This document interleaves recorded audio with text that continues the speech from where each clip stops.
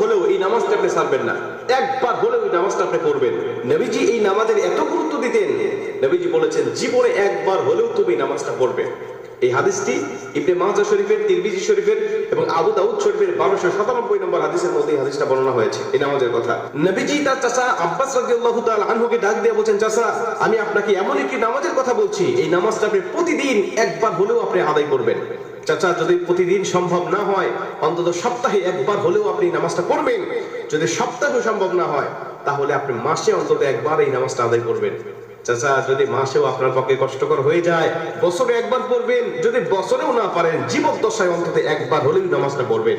কারণ এই নামাজটা এত পাওয়ারফুল নামাজ, এই নামাজটা আদায় করার কারণে আপনার প্রকাশ্যে অপ্রকাশ্যে যত গুনাহ করেছেন, আপনার ইচ্ছায় অনিচ্ছায় যত গুনাহ করেছেন, আপনার অতীত জীবনে যত গুনাহ করেছেন সব গুনাহ আল্লাহ আপনাকে ক্ষমা করে দেবে।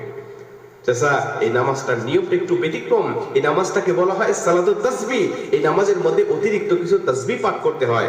সুবহানাল্লাহ, আলহামদুলিল্লাহ, লা ইলাহা ইল্লাল্লাহ, আল্লাহু আকবার, এই চারটা তাসবিহ একত্রিত করে সুবহানাল্লাহি ওয়াল হামদুলিল্লাহি ওয়া লা ইলাহা ইল্লাল্লাহু আল্লাহু আকবার, এই তাসবিহগুলো, এই বাক্যগুলো এখানে পাঠ করতে হয়। 4 রাকাত বিশিষ্ট এই নামাজ সালাতুত তাসবিহ 4 রাকাত পড়তে হয় এক নিয়তে। 4 রাকাত নামাজে প্রতি রাকাতে 75 বার করে করে মোট 300 বার এই তাসবিহটা পাঠ করতে হয়। সুবহানাল্লাহি ওয়াল হামদুলিল্লাহি ওয়া লা ইলাহা ইল্লাল্লাহু আল্লাহু আকবার, এই তাসবিহটা, এই দোয়াটা 75 বার করে করে প্রতি 4 রাকাতে মোট 300 বার করে আপনি পাঠ করবেন। কি নিয়মে পাঠ করবেন আমি আপনাকে নিয়মটা শেখাচ্ছি। আবু দাউদ শরীফের 1297 নম্বর হাদিসের মধ্যে যে নিয়মটা এসেছে আমি এই নিয়মটা আপনাকে শেখাচ্ছি।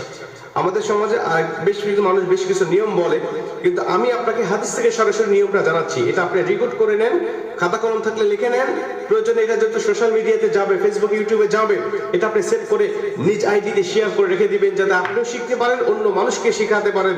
আপনার শেখানোর কারণে কেউ যদি নামাজটা আদায় করতে পারে, ও যে সওয়াবটা অর্জন করবে, সওয়াবের একটা অংশ আল্লাহ আপনার আমলনামায়ও দান করবে।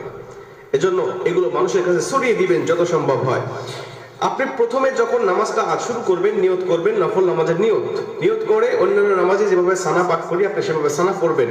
অন্যান্য নামাজে যেভাবে সূরা ফাতিহা পড়ি ওভাবে সূরা ফাতিহা পড়বেন। অন্যান্য নামাজে সূরা ফাতিহার পরে যেভাবে সূরা মিলান ওইভাবে সূরা মিলাবেন। সূরা মিলানোর পরে রুকুতে যাওয়ার আগে দাঁড়ানো অবস্থায় আপনি 15 বার এই তাসবিহটা পাঠ করবেন। সুবহানাল্লাহি ওয়াল হামদুলিল্লাহি ওয়া লা ইলাহা ইল্লাল্লাহু আল্লাহু আকবার, এই তাসবিহটা পাঠ করলেন 15 বার।